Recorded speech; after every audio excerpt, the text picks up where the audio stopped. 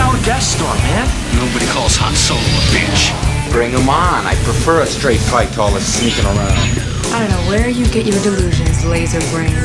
Oh, come on, bro. It's the wars. Alright, all is pretty quiet on the Star Wars news front, but at least we got some new Star Wars content to talk about. This is The Wars and More. I'm Joe, and of course with me is my good buddy Doug. Hey Doug, how you doing this week? Doing pretty good, Joe. How you doing? Yeah, I'm doing well. Yeah, it's pretty quiet. It's strange. It seems like they're actually going to let a product breathe for once. This is true, yeah.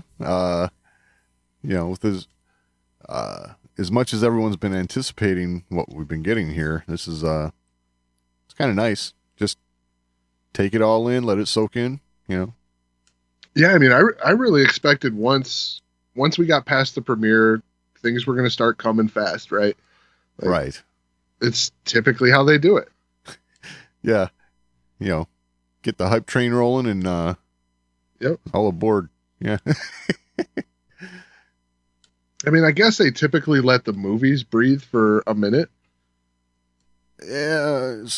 I mean, but minus TV shows, it's like, okay, did we premiere that one? Here's the trailer for the next thing coming out. Right. And here's this. Like, it's true. But it's nice. It's refreshing. It's gives us time to kind of focus. Right. While still actually giving us stuff to talk about, because before this, it got a little slow all the way around. That it did. All right, so we're gonna jump right into the second episode for the Book of Boba Fett. This is the Tribes of Tatoine. Right. A little bit, hitting the nail more right on the head with the title on this one. Yeah. What was the last? Stranger in a Strange Land? Right. Yeah, I mentioned that was a book, a Heinlein book, and then it came to my attention later on. Also, probably a lift from the book, but Iron Maiden song. Oh yeah, it is, isn't it? Yeah. Yeah, you should have caught that one. Very disappointed in myself for missing that one. Yeah, I had to bring it up just for that reason. Sorry. Oh, thanks. Thanks. You had to gloat 2 weeks in a row.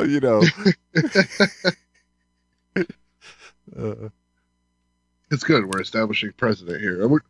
Tune in next week for what Doug's going to hit me with next. Oh, come on now.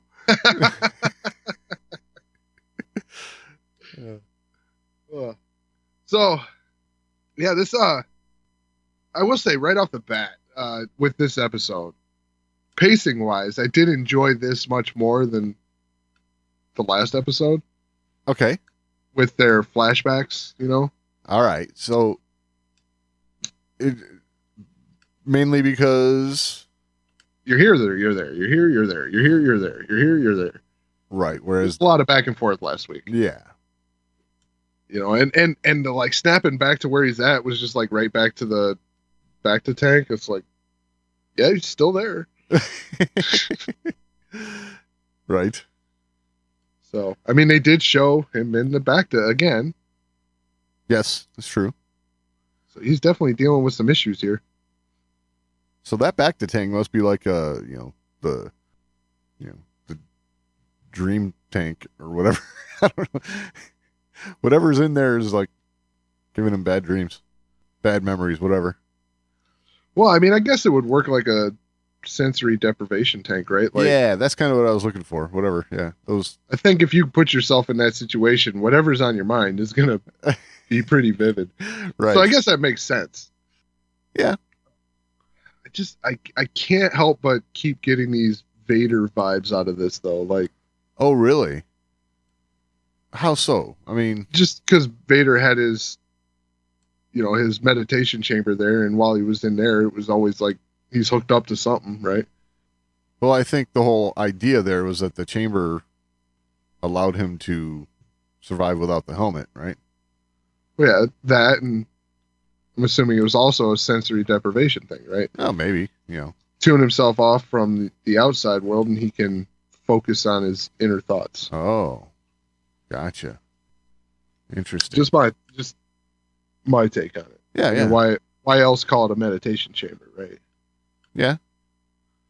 Interesting thought. I like it. But yeah, definite Vader vibes in this. One, the constant healing required. Yeah, that's something that, I guess I our past canon with Bacta has been like, Luke, and he took a swim, came out, he was fine, It's like I guess I never really gave it much thought that you might have to like hang out in there. Right. Repeatedly. Right. Having dreams. Yeah. It's interesting. Oh, that's interesting. Kind of makes me wonder how the hell he survived in the desert with the Tuskens. Right. If he can't make it 3 hours in a throne room. It is a curious thought because, I mean, you almost get the vibe that he's using it as a crutch, kind of, Because, I mean, it doesn't seem like he's getting any better sleep. No. That's for sure. Twitching all over the place. But yeah, all right. So, the rest of the episode. So, they decide to confront the mayor. Right. So, okay, back it up. Yep. I did love the fact that interrogating this guy, it was the idea of the rancor that got him to talk. Which I thought was weird. Why is that? Because he's fine with getting his head cut off, but... Well, I mean, that's... Clearly, he has mentally prepared himself to go in such a fashion, but being torn apart by a rancor is, something he's not prepared for. And I would have to say that the legend of Jabba's rancor is, so, what's the word for it? Legendary. Yeah, but it's like one of those things that it's a story that gets blown out of proportion to the point where, people have made it much worse in their own head than what it really is, right? Clearly, because, one, there wasn't any rancor, and yeah. It's sounds terrible. It's a horrible thing that has to happen or that happens to people, I mean, you know what I'm saying? It's made out to be something much bigger than what it really was. You know what I'm kind of surprised at? What's that? Who cleaned up the old rancor? Well, I'm sure that was done under... Yeah, but cleaning the pit didn't really seem like a thing. There were bones and shit everywhere, like... That was under Jabba. Bib Fortuna, Oh, yeah, he looked like he took care of things a lot better. Exactly. Himself. Well, hey, you get carried around on a litter. Yeah. Yeah, that's weird. Which we did get to see happen this episode. Yes. Yeah. So, okay, sorry. You started with confronting the mayor. I sidetracked us. Yeah. That was a good sidetrack because I completely glossed over the fact that they interrogated this guy and he said it was the mayor. Yeah. Which we'll go over that too. So they confront the mayor. Right. I did think it was funny. Oh, thanks for finding this guy. They're not allowed to operate out of hut space. It's like, aren't they in hut space? Tatooine? That's what I thought. Yeah. Maybe with Jabba gone, it's no longer considered a Hutt territory. I don't know. Even though, yeah. Kind of strange. What'd you think of I'm just skipping all kinds ahead. What'd you think of the interaction in the lobby? That was a little strange. I mean, Yeah. It reminds you of when you've got to go pay a parking ticket or something, you know? Do you have an appointment? It's like, Right. What? You know, I don't know. That was a little weird. Well, the other thing I thought was weird, man, Tatooine's really come to a whole different place, right? Yeah. Without Jabba around, I mean, I guess we don't really know. It could have been like this anyway, but it definitely didn't seem this civilized. Where you walk in and there's this lobby. I guess that would all depend on, you know, whoever, you know, the proprietor of whatever establishment you're in is all about, you know, what kind of image they want to portray. I don't know. I'm guessing. To be perfectly honest, it just definitely doesn't seem like a wretched hive of scum and villainy kind of place right now. Well, and here's the other thing. This is Mos Espa, which I know we did not see this part of Mos Espa in episode 1. And I know I'm comparing it to Mos Eisley. Right. But I mean, I guess is Mos Espa like the nice part of town? I get the feeling that there's nice parts of Mos Espa and not so nice parts because, you know, what we saw in episode 1 did not resemble this. Right.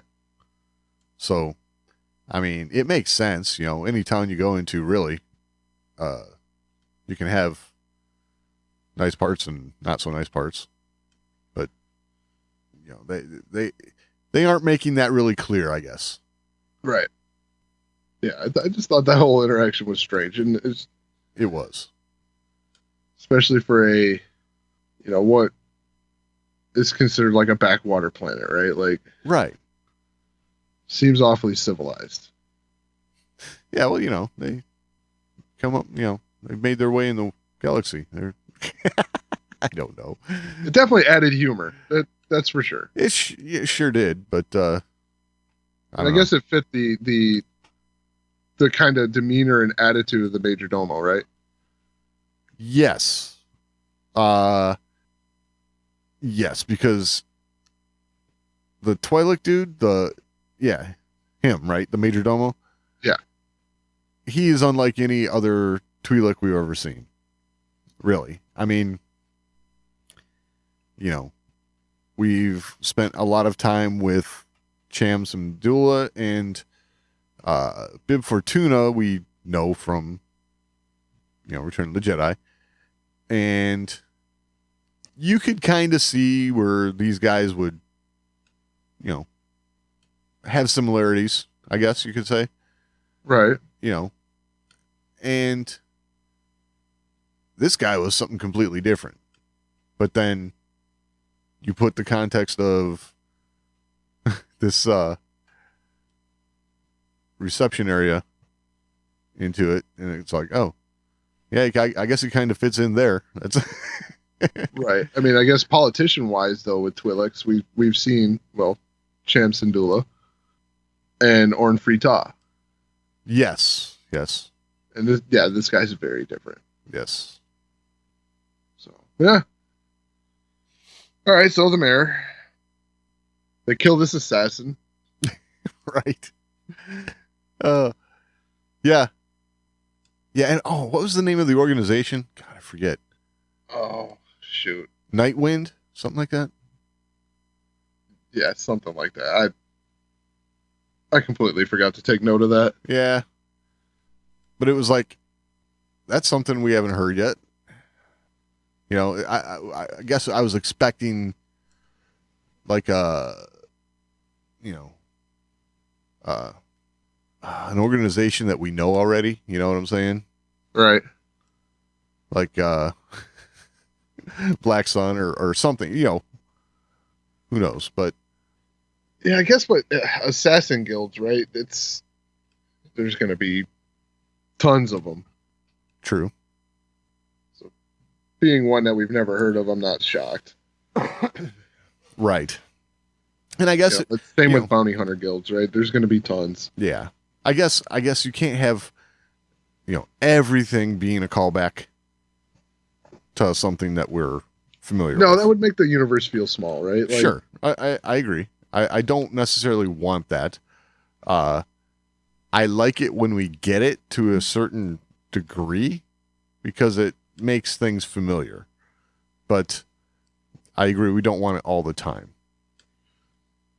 Yeah, there's rumors that we may see familiar organizations. Yes. I've seen Black Sun crop up. Seen Crimson Dawn crop up as rumors. Right. So those may be coming. He is going into that crime underworld, and we may see yeah, especially based on what we've seen in this episode, we may see him reaching out for alliances. It's very possible. So, and I guess we'll kind of move right into that. The mayor pretty much says, look, you're assuming I hired this guy. Right. But maybe you should check your own, your own turf, right? Right. See what's happening under your own nose. Yeah. Only to find out that the Hutts are back. Yeah, Jabba's cousins. Now, the twins is something we've heard before, right? See, now that's something I couldn't place them off the top of my head.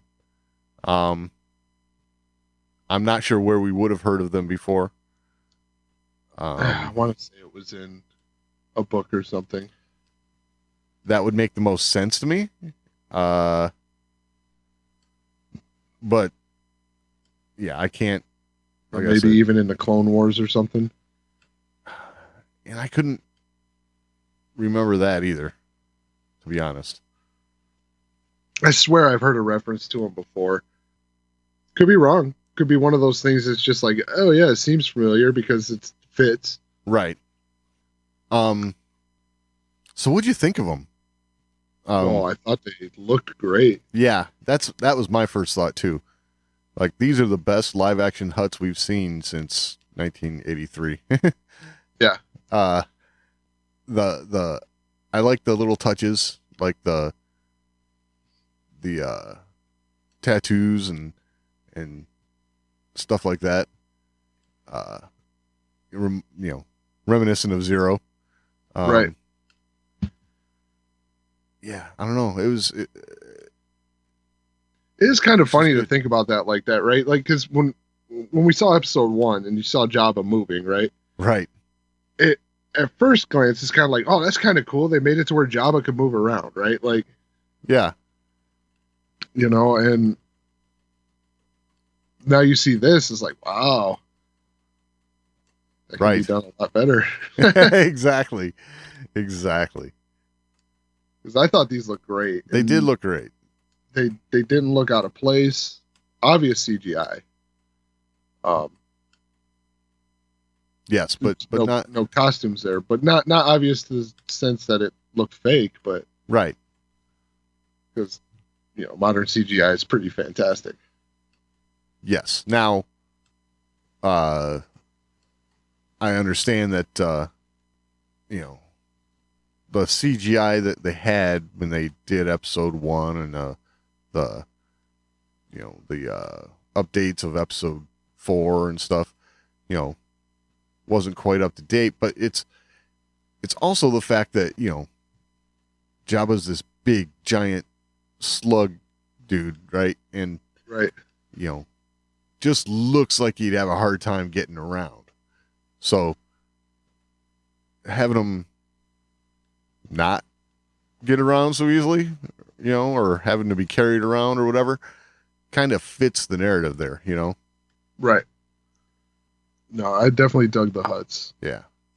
And that's cool. The Hutts are very much still a thing. Right. I like the mention of Nalhutta. I mean, that's goes back to the old EU, the books, and was adopted into canon, I guess, without any, I don't know, of George doing his his stuff you don't like, but just little. I'll say this though: you get a mention of Nalhutta. Yes. You're establishing this hut presence, right? I doubt we're going to see Boba Fett leave Tatooine at all. I don't think so either, because that's where we caught up with him in Mandalorian. So right. But man, I kind of want to see Nar Shaddaa. Oh yeah. Yeah, totally. I mean, that would be asking a lot for the budget, right? That is true. That is very true, because we do have to bear in mind that this is television budget, not silver screen. But yeah, all that just made me want to see a live action Nar Shaddaa. Oh yeah, totally. But yeah, his claim's been contested. Right. I did like at the end of that conversation, it's like, maybe it's settled. You really think so? No. That was good. What'd you think of that Wookiee? That Wookiee was wicked looking. Wicked looking. The growls, I was a little like, I don't.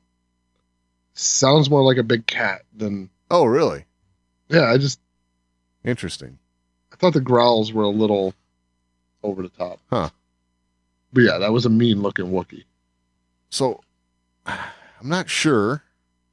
I did see something that this might be a Wookiee from a comic or something like that. So, but we don't have, at least I haven't seen a name for this Wookiee, so I can't say for sure, Right. And I'm not really familiar with these Wookiees in the comic, or this Wookiee in the comics, because I'm not up to date on the comics, but might be something to look into. Yeah, I've never seen this Wookiee before. Right. But yeah, I mean, good thing for Boba, he doesn't have the Wookiee braid anymore. Right. Exactly. That might have made him mad. Although Boba Fett did seem to know who this guy was. Because he called him a gladiator. Okay. Gladiator. So, yeah. Yeah, I guess that's true. So I'm not sure what that's all about, but I guess we'll have to wait and see. Oh, that brings up another point. Not to sidetrack us even more. Hey, track us right on down the side. All right. Man, Tatooine's got a pretty high Trans-Doshan population, don't it? Yes. That was, speaking of Wookiees and the like, and their enemies, right? Yeah, the Wookiee is what sparked this. Right. So we saw at least 5 on the street, right? At least. And it was like, wow, they're all hissing at him and everything. Yeah, and if you see 5, it's like there's more. Like, exactly. Yeah, pretty high Trans-Doshan population. Yes. Yeah, I did take note of that. It's funny because we see the trailer and it's like, oh, is that Bosk? I know. It's it's like, well, Bosk could blend into a crowd here. Oh yeah, definitely. Now we see everyone's like, is that Bosk? Yes. I almost feel like they're getting us numb to Trans-Doshans being around. Just so they can introduce Bosk? Just so they can introduce Bosk. Yeah. That kind of thing would not surprise me. I mean, I don't know.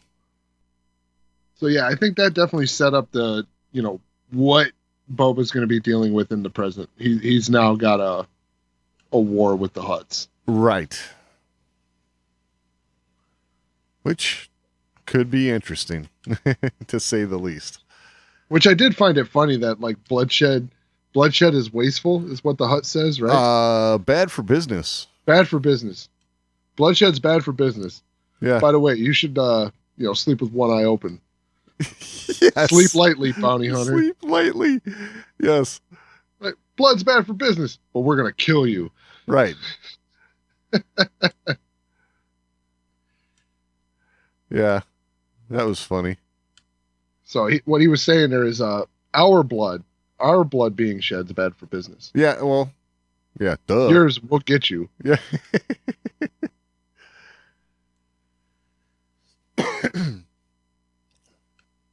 Yeah, that was funny.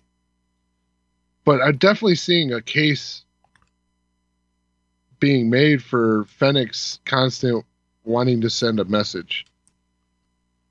Yeah, like, don't come across as weak. Yeah, you might want to off a few more, just to send a message.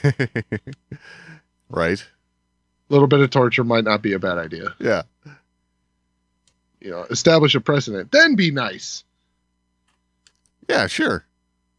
It's funny because she was the one who was ready to, and she knew that nothing was going to happen, clearly, but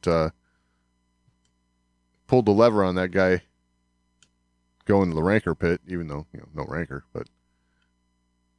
Right. Yeah. Yeah. It's funny. It's funny. Boba can kind of rely on her, you know what I'm saying? It's kind of cool that way. Yeah, she's definitely the lieutenant that'll get her hands dirty. Yes. Wants to. Right. Yeah, for sure. So I guess that was all to set up what we're going to be seeing moving forward. The Hutts and all. Huh? I said if we move forward. Oh, we'll move forward. Yeah. I know, I'm being facetious. But, because right after that, we move back. Yes. And we see more of this time spent with the Tusken Raiders. Yeah. The flashbacks everyone hates. I didn't hate this. I didn't say you. I said everyone. Yeah. Well, at the end here, we'll talk a little bit about the reviews and what I've been seeing in people's take on the show. Uh-huh. Yeah, we'll get to that though. But first, let's talk about the rest of this episode. Sure. I did enjoy this second half with the Tuskens. So did I. I really kind of like the veil being lifted on the Tuskens a little bit. Right? It's for a lack of a better word, it kind of humanizes them, right? Yeah, exactly. And the chieftain there, he's kind of explaining the difference between the tribes. Some are out for blood. Some are right, just trying to survive and defend their home. Yeah, that was interesting because this whole notion of what did he call it? Ancient right to the land or whatever. Ancestral homeland. Ancestral, right? There we go. It makes sense because of the story the Tusken was telling, before the waters dried up. And it's like, whoa, you've been there a long time then. I don't think he saw that. No, not him personally, but his people, right? His ancestors. Right. But the stories have been passed down. At least that's the way I took it. Yeah. Oh, yeah. I mean, and you look at the Dune Sea and things like that, and some of the landscape that you've seen, it definitely looks like a dried up ocean bed. Sure. Yeah, absolutely. Which I think in some of the EU books that Tatooine was referred to as a planet that had an ecological disaster. Gotcha. I don't recall that off the top of my head, but makes sense. I would believe Plagueis. Oh, okay. Interesting. Yeah, I believe it was Plagueis that mentioned that. Okay. I need to revisit that book. That's a great book. It is a good one. It's one that still, I think, fits, could be worked into the new canon. Oh, yeah. Yeah, for sure. But, yeah, so they got this train, right? Oh, yeah, the train. That was interesting to me. One, I thought the way they set that up, I was like, wow, we're going to see another crate dragon? Right? And then you saw it speeding across the top of the sand and stuff, and I still thought, wow. Yeah. It's a pretty big one. Right? Not as big as the one in The Mandalorian, but it's a pretty big one. Yeah. And then they started shooting. I was like, are people riding this crate dragon? Yeah. Because didn't they make that noise? The crate dragon noise that you heard from Obi-Wan? I thought I was hearing that as well. I gotta be honest, yes. But I'm guessing maybe that was just the Tuscans, like their battle cry or whatever. No, I think they tricked us. Yeah. Okay. Like on purpose. Yeah. Okay. That's just my thought. I thought I was looking at something else, and then it was a train. I'm like, well, that was weird. Yeah. Yeah, totally. But it made for good story. Oh, for sure. Mainly good story because, yeah, seeing Boba Fett train Tuskens how to use speeder bikes. That was amazing. Hilarious. That was a really fun sequence. I had quite a few laughs in there, and like the dude that rode over his buddy, like, yes. That was good. That was a bit of the lightheartedness that this show might have been missing a little bit. I agree. It that was a fun, and I thought the same thing about the sequence where they went into the mayor's office, with the reception area. Right. Looking back on it after seeing the stuff with the Tuskens and stuff, that's the kind of stuff that does help Star Wars, right? It keeps it light. Oh, yeah. It's for kids, right? Like, sure. The general idea behind Star Wars is it's aimed at kids. Yes. So it should have some goofiness and some lightheartedness that goes along, and that makes it a little more like real life too at the same time. Sure. Because no matter what you do, you have funny moments. Yes. That is a true statement. What I thought was hilarious in the speeder bike training montage was the look on Tamara Morrison's face when he's like a bantha, smiling, rocking back and forth. That was amazing. Yeah, and the early communication there was fun too. Like, yes, and because I like the my gift for you. Like, he's saying it's for the chieftain and the tribe, right? And then they start like tearing them apart and everything, and he's like, "Whoa, no, those are mine. Those are mine." Yeah, I thought the same thing. I was like, "Are they yours or his?" Yeah, was it a gift or right? You change your mind because they're going to take them apart. Like, so it was cool too because you saw a progression of Boba Fett learning this sign language they use. Yes. You mentioned the communication there, and at first he's got a little bit of the sign, but he's mainly trying to,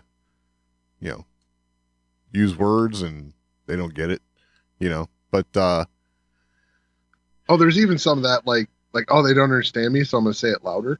Yeah, a little bit. Yeah. But that like a bantha part was an example of that, right? exactly. Definitely cool to see the progression of him learning the language, because we got to see that in full effect in The Mandalorian. So because he kind of knew it, and he talked to the Tuskens to get by. Right. That was kind of cool. And it's the same sort of thing, right? He worked out a deal the same way Boba Fett did here with the Pikes. Right. Like, you're going to pay a toll. And,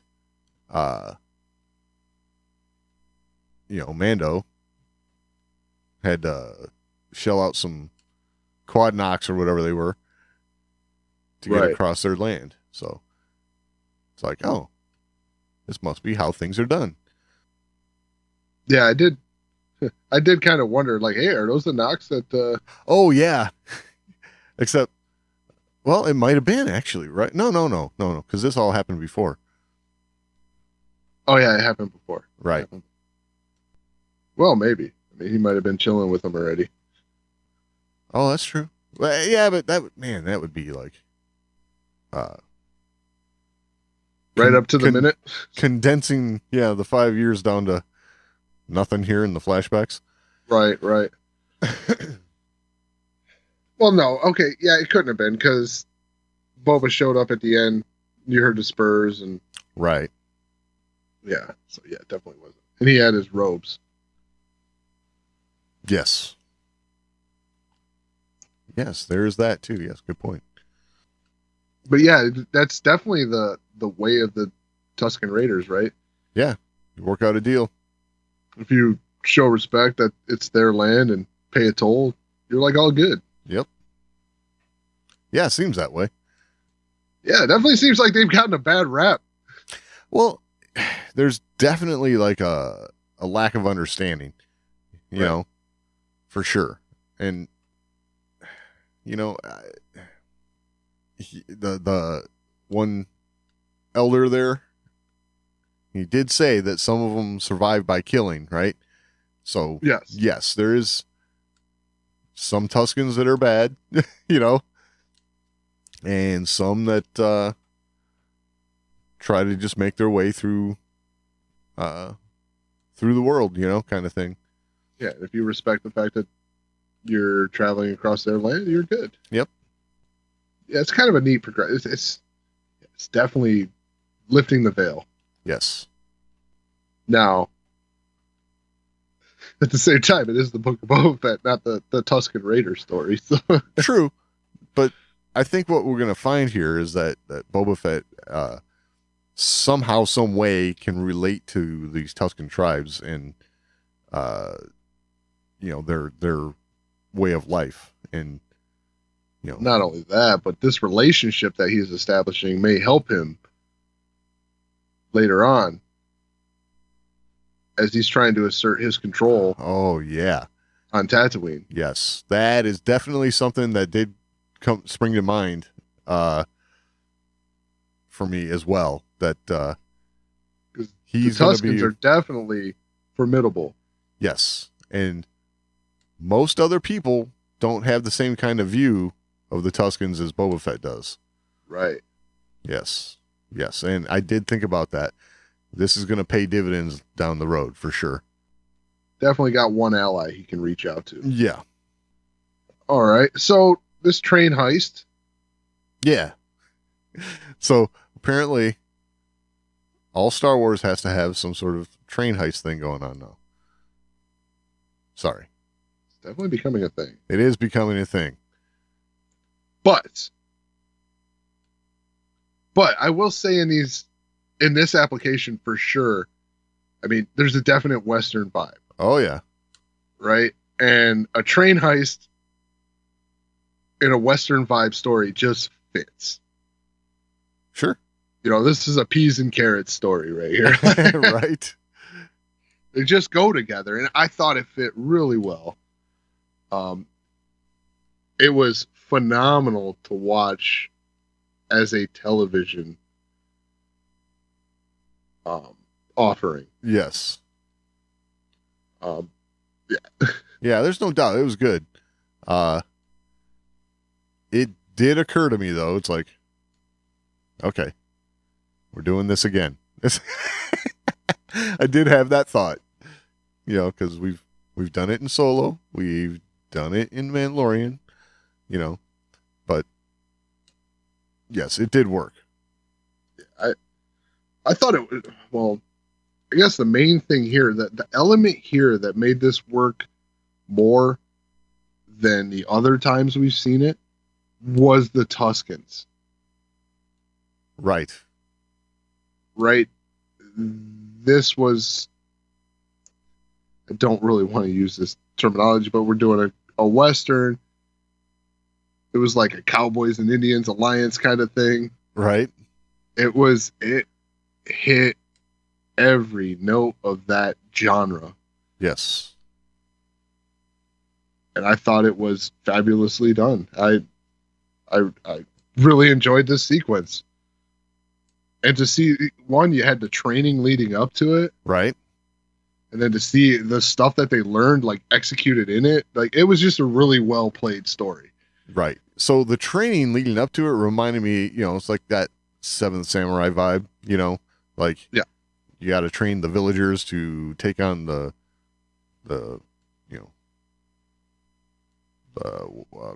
whatever corporate, like the Imperials, right? Imperials, right? Exactly. Yes. So,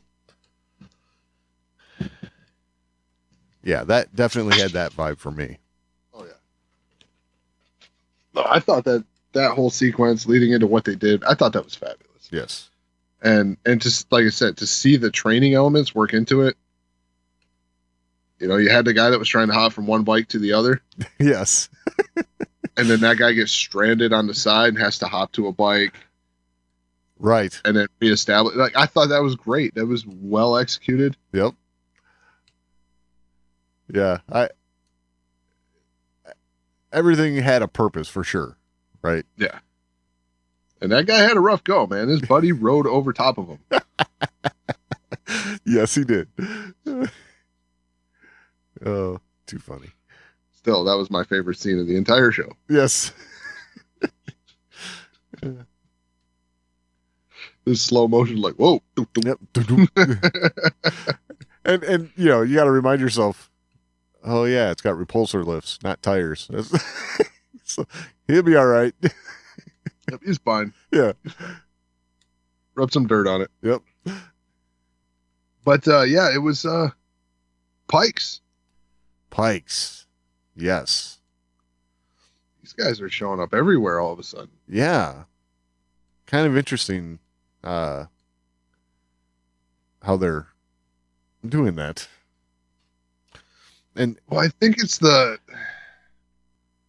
whole crime syndicates thing, right? They're trying to establish a continuity with the crime syndicates, and the Pikes seem to be the go-to with establishing that, like, you are in this criminal underworld. right. The Pikes are becoming that common denominator for everybody. That one syndicate that shows up no matter what. Yeah. They're the drug runners, right? Like, it's yeah, absolutely. Yeah, there's no doubt about that. It's always spice with them, right? It was spice here. Yes. Oh, I will say, I did like the fact that the spice was just like in containers and not like in cocaine bricks in the Bad Batch. Right. I thought that was a little like odd in the Bad Batch. Like, they open it up and there's like, wow. They bag it up just like cocaine. I wouldn't know, Joe. I've never seen cocaine. Yeah, but I've watched like Narcos and Oh, good. Blow, like, Okay. That makes sense. like it was straight out of Blow, right? Like, Right. like, yeah, I thought that was a little too much. Yeah. And this time they open it up and it's just this dust, right? Like, Yeah. better. My thought though was those Tuscans that, like, drop that crate and it opens up. They get a like face full of spice. Yeah. It's like, oh, those guys are gonna have to go lay down. Yeah, they're gonna be sleeping that one off in a Yeah. bit. Oh, I did like that they were like emptying the spice out and then they're catching water with the containers. Oh yeah, exactly. Yeah. Here's this spice that like on the market would be worth like what? Right. Yeah, but they have no concept of that. That's No, and water's everything. everything. Exactly. Yeah, that was fabulous. Yes. I do like another that. question I had. Yeah. Have we seen Pikes without their mask on? I think I can't say that we have. I know in Solo they were wearing masks. Yeah. I And I keep wondering, like, do we see them get their mask knocked off in Solo? But no, that was the dinosaur guy. right. I can't say that. Not in live action anyway. Yeah, I was a little like, whoa. Right. I guess in the Mandalorian and the Book of Boba Fett, everybody's taking their mask off. Like, this is just Yeah. a thing. Uh-huh. Is there any other masked species that we haven't seen under the mask yet? Like, they need to get them in this show so we can see what's under the mask. Right. Was a Yeah. little odd. They take the mask off and it's like, wow, they Yeah. kind of like their mask. Yeah, not hiding much, are they? No. I mean, they're just streamlining it out a little bit. Yeah. Yeah, I thought the same thing. That was kind of funny. All right, so we'll keep moving along. So after this heist, Boba has a rapport now, right? He's being accepted, Oh yeah, totally. and he gets a gift. Yes. Oh. Opens it up, and he's like, "A lizard?" Yeah. Wouldn't you want to have a peyote lizard? Yeah, this was weird. Yes. He hits him with some dust. Was that spice? Who knows? He's like, poof, and then Yeah. the lizard jumps up his nose, and all of a sudden we're in a Doors movie. Yes. Yes, we are. Uh-huh. That's exactly what happened. That was odd. That was very odd. It was. But odd. I like it. Yeah, me too. Although, somehow he ends up, flashing back to his time in the Sarlacc and, Right. going between that and like climbing a tree or something. I don't. It's kind of the weird. desert. I don't recall ever seeing any trees that big on Tatooine. Just saying. Yeah, I mean, I don't know. He came back with a branch. I know. That's where you get. I don't know. If I'd have woken up with a branch like that in my hand, be like, I'm not carrying this all the way back. It's heavy. It's hot out. It's hot out. It's heavy. I don't know where I'm at. Right. Hungover. Hungover. Right. There's a Yeah, I mean, lizard. he didn't look in good shape when he came back. Like, No. He had a lizard in his head. What do you expect? Yeah, definitely an interesting rite of passage. Like, okay, this lizard's going to go up your nose, Right. and then we're going to let you just roam out in the desert. Yeah. All the crap that's in the sands of Tatooine. Right. Yeah, I think they were actually surprised when he came back. Like, that whole message, like, hey, he's back. Right. Like, holy crap. Really? Yeah. They must lose a lot of their own that way. They might. You never know. But I guess a rite of passage isn't supposed to be easy. No, it's not. And other things, you see they go out on their whole, rite of passage thing. They got to fight a bear with their bare hands and stuff. Like, Yeah. this is that kind of stuff. But somehow you find a stick in the desert. Yeah, in the desert. Yes. A big stick from a pretty good tree that needs water. For sure. In fact, He was in water at one point in his vision. True statement. So it seems they should be using this lizard to harvest water. Yes. Because if you can go in this dream world and come back with a stick, why can't you come back with a bucket of water? Seems logical, Joe. I don't know. I don't know. One hell of a lizard. Right. Definitely a different take on licking toads, right? Yes. Man, the drugs these kids are doing these days. I know. I got a great idea. You can put a lizard up your nose. Yeah. Then he comes back and he like opens the thing and the lizard jumps back in the jar. Like, what the hell? I know. It's like it's supposed to be there. Hey, there's my home. Okay. Strange. Then, though, he gets all Tuscan robed up and makes his own gaffy stick out of his magical branch. Yeah. Well, I mean, might as well make a weapon out of the stick you get from the spirit world. Right. I like this though. I like this whole rite of passage thing, right? Like it's really cool. And, you know, making your own stick, that was a nice touch. Yeah. That adds a little more to the gaffy stick. It's definitely better lore than what we were kind of thinking when, like, oh, this is to clean bantha teeth. Right. We saw that in The Mandalorian. Right. Definitely a better story than, like, dental hygiene. And well, yes, but so there's a dichotomy that's clear now, right? We see the background, the stories of ancestry from this Tuscan elder and this whole ritual, making the gaffy stick and everything, and we see in episode 4, there's very little regard. Luke, he's like, yeah, we got, bantha tracks, gaffy sticks, whatever.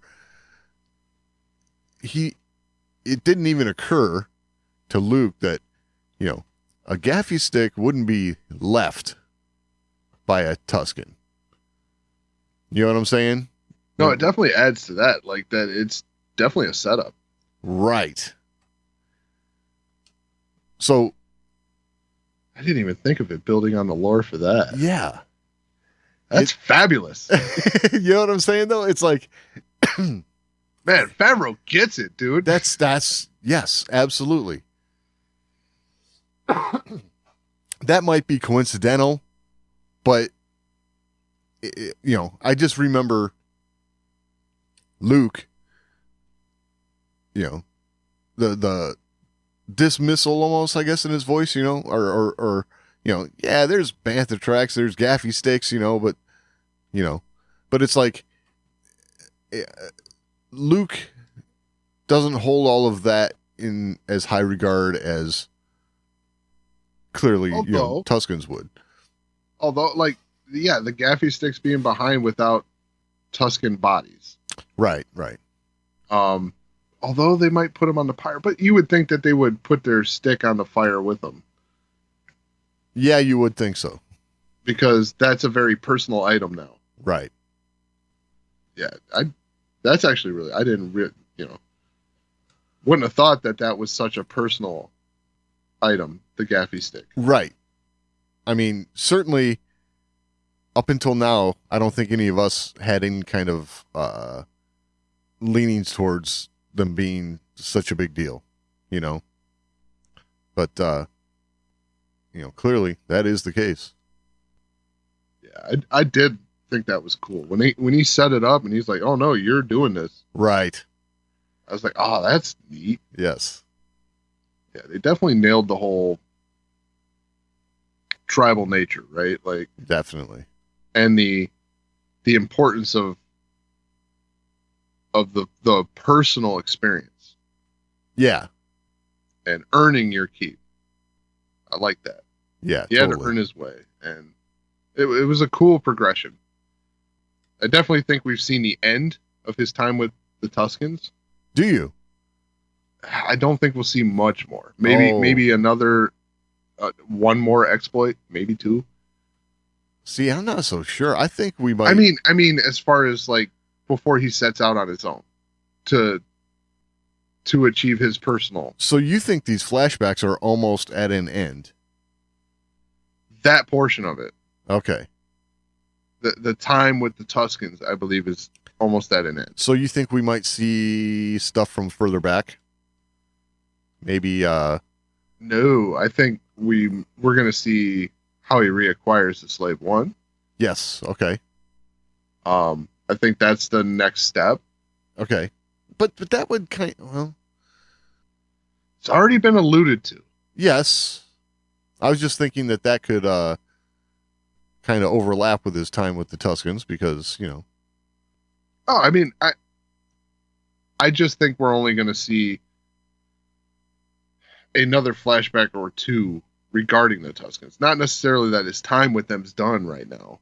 Okay. But man, how many big events is he going to have with the Tuscans? I mean, they'd have to live a pretty eventful life. Right. And I don't think that's the case at all. I think they live a relatively quiet life. One would hope. I mean, we don't want to see them hunt for water and things like that all the time. That would get old. That would get old fast. Right. So interesting. But I think we're about at an end to his time with the Tuscans, and we're gonna get to the moments leading up to his meeting with Din. Right. And to where we are now. I don't think they're going to drag that out much more. Okay. Do you don't think we're gonna touch back on young Boba Fett too much? I mean, we saw one little clip of him watching the Slave One go off as Jango was leaving. I wouldn't be surprised to see a little bit more of that. Okay. And like I said, I don't think we're 100% done. I just think we're only a couple more outings away from being done with that. Right. Because, I mean, I think we're going to deal more with those raiders.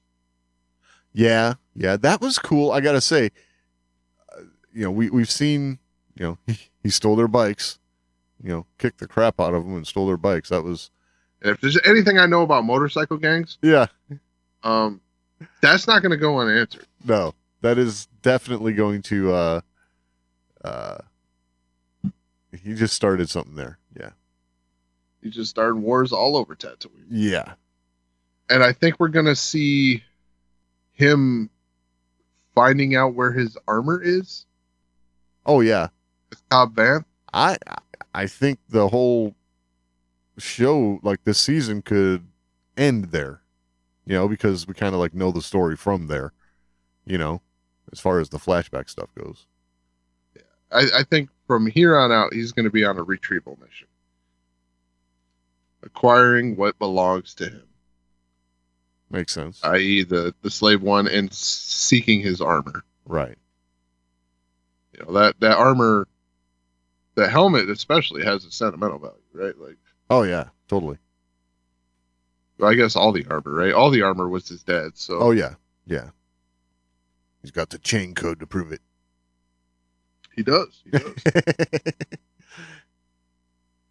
I have all the necessary paperwork. Although it was funny, I don't care what your tablet says. This is my territory. Like, wait a minute. You kind of use that on Din Djarin. All right. So before we get out of here, I want to talk a little bit about the early reviews. Ah, yes. So I just overview. I just want to compare the Rotten Tomatoes score, which Rotten Tomatoes, let's take that with a grain of salt, right? Like it's sure. Rotten Tomatoes, right? Not what it used to be. But just comparing season 1 of The Mandalorian with season 1 of the Book of Boba Fett. Now, we are only 2 episodes in. This is going to change. Right. I thought this episode picked up the pace in a good way. A lot of this score is going off of episode 1. Episode 1, I thought was a little choppy and strange.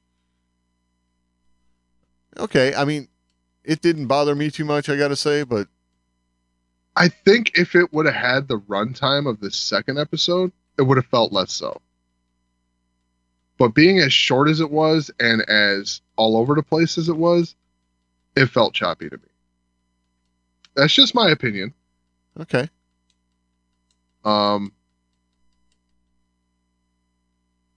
But that's neither. I didn't think it was bad. Right. You know, nothing about it. I was like, oh wow, this sucks. But yeah, so season 1 of The Mandalorian on Rotten Tomatoes had a 93% critic score and a 92% audience score. Okay. Okay. Currently, season 1 of the Book of Boba Fett has an 86% critical score and a 74% audience score. So the audience score is drastically lower. Yeah. Critic score, like, you're not going to get a true critic score until this season's over with. Gotcha. I mean, critics are going to be a little more professional and wait for the whole story, right? You would hope. Yeah, you would hope. You would hope. Yes. But I just wanted to talk about that because it's I don't think it's being fair.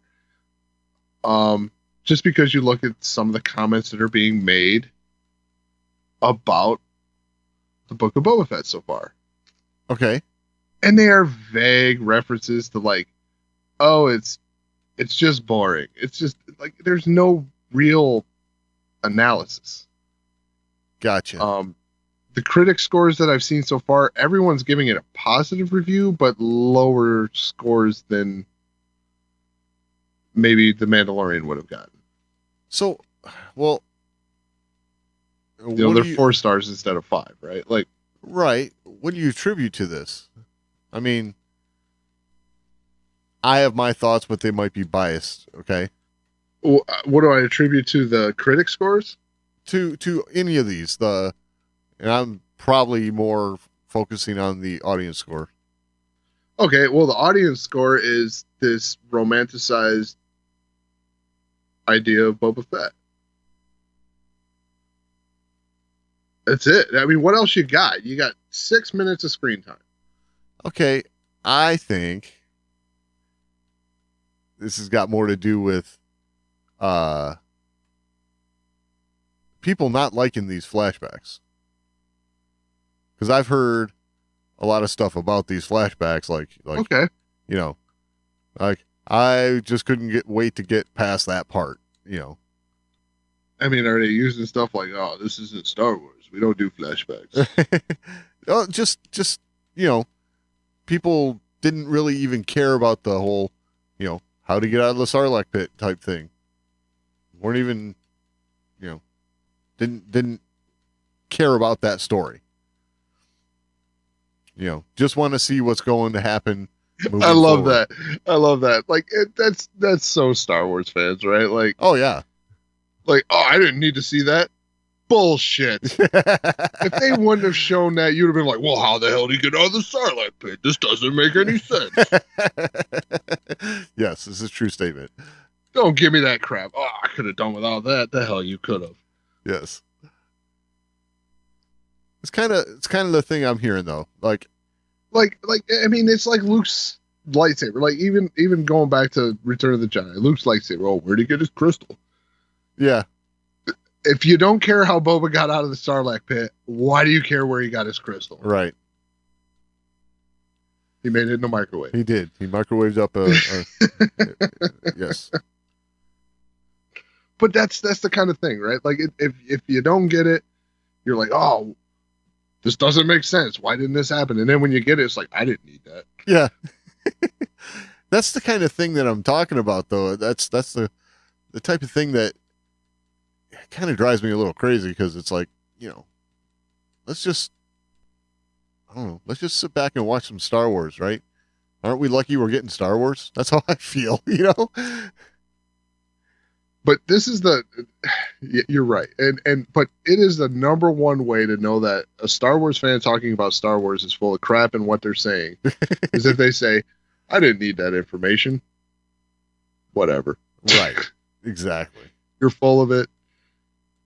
You've been wondering. Absolutely. I mean, And if you wouldn't have got it, you wanted it. Like, it's just the way it is. This is where Star Wars fans get a little ridiculous sometimes. Sometimes, yeah. Love them, Yeah, I love them. But dang. I pointed out of love, right? Like, right. Like, okay, you're being a little ridiculous right now. I'm just letting you know. But yeah, I could see that. The flashbacks are a little different, right? It's not really been a thing until the Disney era. True, but it's like, it's the sort of thing that if you're going to tell this story, the Boba Fett story, moving forward, you gotta show how he got there. I mean, that's because getting out of the pit was a must. Yes. And they didn't dwell on it, right? I did say, it could have been a little more in depth, a little more detailed, but it was enough. So I thought it was weird. It was weird. Yeah, I mean, I thought the inside of the Sarlacc was definitely way different than I thought it might be. Oh, sure. Yeah. Yeah, like it was, I thought that was strange. But I mean, I think they did the best with what they had, and right. This is we got to keep in mind, this is television show type budget. Oh, for sure. I mean, granted, it's modern era television show type budget, which is ridiculous compared to what it ever used to be. Yes. I mean, if you would have got this in a 90s era, 2000s era television budget, you never would have gotten this. No, it would have been, I mean, streamers hanging from the ceiling, not tentacles. Like, it would have been weird. You have to consider what we did have, right? The Next Generation Star Trek and stuff like that. That was right. That was the kind of caliber we had at the time. That was the caliber you had until the mid 2000s, right? Like, yeah, TV did not go big. Now, I understand this is on streaming services and stuff like that, but in all reality, this is TV. It is TV. I mean, this is where it's gone. Yeah, for sure. Because the ante keeps getting upped. Like, the Mandalorian came out, and then you got The Witcher. Yeah. Like, yeah. The ante keeps getting up, man. And after The Witcher happened, like, even the Lucasfilm people were like, oh, we got to step up our game. Right. Because while they're going for it. Game of Thrones even, right? Oh, yeah. Yeah. Yeah, that was, there was epic visuals in that's for sure. Yeah. I mean, TV's upped its game, so. But yeah, to act like we didn't need the Sarlacc story, yeah, you're just full of it. Yeah. Here I am. I know. Let's think about this right now. Yes. I was the biggest, we are doing a Boba Fett story for real critic. Yes, you were. Here I am defending it. I got to give it to you for that, because I wasn't quite sure how you would, take that, because I kind of like the way they're building the character, and it really makes sense what they're doing. The Tusken story, I think, is fantastic. I love this road they've taken. Right. And they're not going for the all out, this character's so badass, avenue I thought they were going to go. I will say some people aren't liking The fact that they're not doing that. Right. They're not like in the Boba Fett that's, I'm confused. I thought I was the criminal crime boss, Right. Yeah, and it's like, why wouldn't you like that? That is like the best part of the character right now, I don't know, kind of crazy. Well, I mean, he had a near-death experience, and he's entering a midlife crisis. He's rethinking his life. Like this is exactly. No, I like what they've done so far. I'm enjoying the series. I think this is one of the best products they could have put forward so far. I mean, wow, that is high praise from you. I have to say, it's got story, man. And if there's anything that I've always harped on, it's good story. Oh yeah, for sure. I don't want to just see awesome visuals and like Boba Fett coming in to kick ass every week. That's not what I want. Right. I want something with some meat. And that is what some people are complaining about. They want Boba Fett to come in and kick ass. And it's like, that's great and all. I'm sure we're going to get plenty of it, but, I'm sorry, people, but they are building a backbone to a character that never had one. Right. Like, there was no depth to this character in canon. Period. You talk about the EU all you want. It's not canon. True. They are building a canon story for this character, and I think it's pretty good. Yeah. I think they're doing a good job with it. I would like to. The only complaint I have is I would like to see a little less of the back to tank and like he's on death's door. Okay, yeah. Some people are complaining about that too. And I don't think it's that bad, right? But it's getting there. Really? If they drag this back to thing out too long, it will get old. Huh. He's got to be doing better than laying in a tank and dreaming. Like it's got to get better than that. Like, but for the intro of a story, it's working fine. Right. But if we're in episode 8 and he's still laying in Bacta and dreaming, you'd be like, eh. Well, that'd be next season because we get 7 episodes. So. Oh. Had to get another one in. Yeah. Sorry. But hey, But yeah, I mean, I think they're doing a pretty good job. Yes. And it's an interesting story. I want to watch next week. That's important. Right. When I get done watching this week's episode, do I want to see next week's? And so far the answer is yes. Right. That's the indicator of a good story. If you want to come back. Oh, totally. All right. Well, if you have anything to add, you can always email us, show@thewarsmore.com. I think that's the best way to get a hold of us. We're also on social media, @thewarsandmore on Twitter, facebook.com/thewarsandmore. Find all that and all the ways to find the show over at thewarsandmore.com. Any final thoughts this week, Doug? No, I think that about covers it. All right. We will talk next week.